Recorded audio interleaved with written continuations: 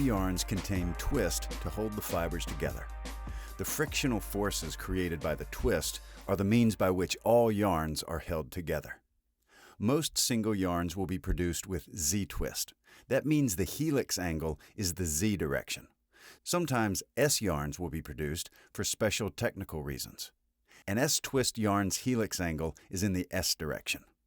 Because of its mechanical design, yarns produced on the OE system will always be Z-twist yarns. Both ring and air jet spinning systems can be set up to produce S-twist when it's required. The amount of twist needed in a yarn is determined by both the fibers being used to create the yarn and the desired properties of the final yarn. Longer fibers require less twist to create a strong yarn, and shorter fibers need more twist to hold them together. For the same fiber output, more twist will make a yarn stronger, more resistant to bending and abrasion, livelier, and have a smaller cross-section, among other properties which can be affected. A fabric made with yarn that has higher twist may be prone to skewing or torquing, have less drape, have a harsher hand, and be more visually open, among other properties which may be affected.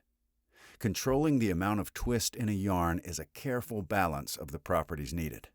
Twist multiple, or TM, is a common way of designating how much twist a yarn contains.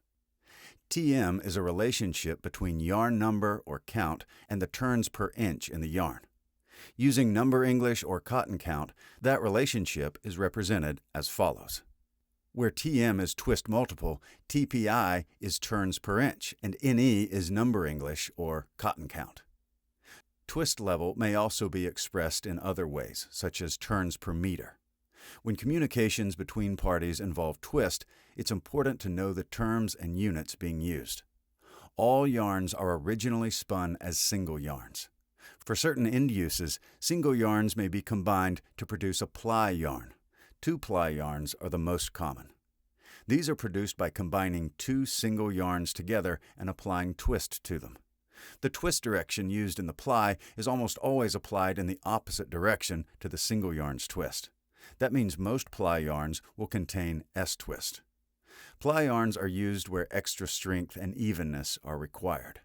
When two singles yarns are plied together, the notation of the yarn count changes. For example, if two 20 single number English are plied together, the notation becomes 20 double number English.